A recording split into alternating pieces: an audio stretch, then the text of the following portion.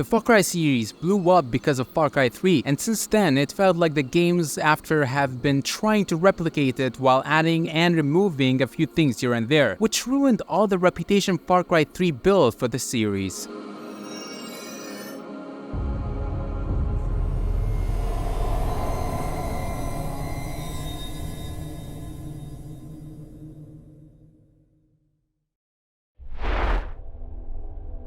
Now, there's no denying that Ubisoft's games play like trash, especially upon release, but we can't overlook the fact that they make damn good looking games that hold up very well, and that's the case for Far Cry 5. Some aspects of the game look outdated, but the overall feel is solid enough and the game isn't half shy to flex its beauty.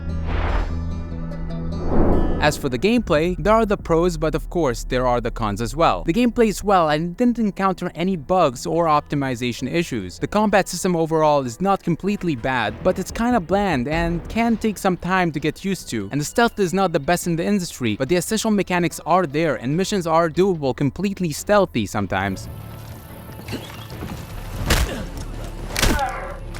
The game has a variety of weapons. Each type of weapon has a category and there are so many to choose from with few customizations. And the same can be said about the vehicles since they are variant as well. They play differently and are very easy to control and get the hang of fast. The game has 3 regions and they don't look much different, but each region has its own set of challenges, which gives each a different vibe. But what they all share in common is their chaotic nature. Far Cry 5 can be very overwhelming. One minute you're driving around and the next you're in a high-speed chase or blowing things up somewhere. And all that can happen outside main or side missions. The game has plenty of random events going around in its massive world, and it's pretty entertaining too.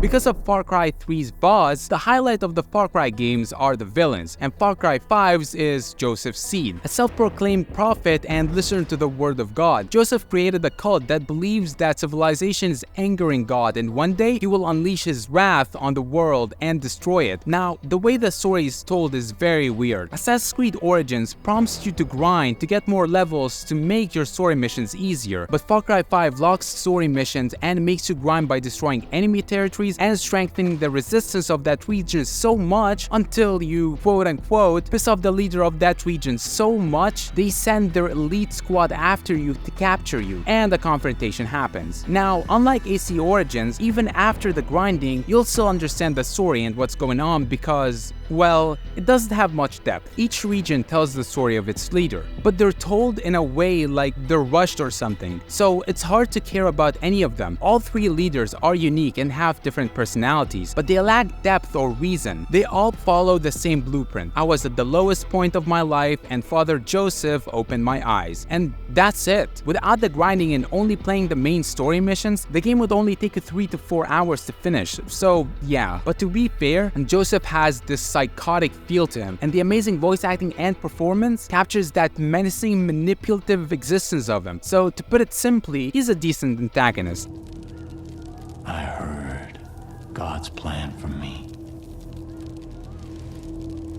I took my fingers and I put them on that little plastic tube that was taped to her angelic face and I pinched it shut.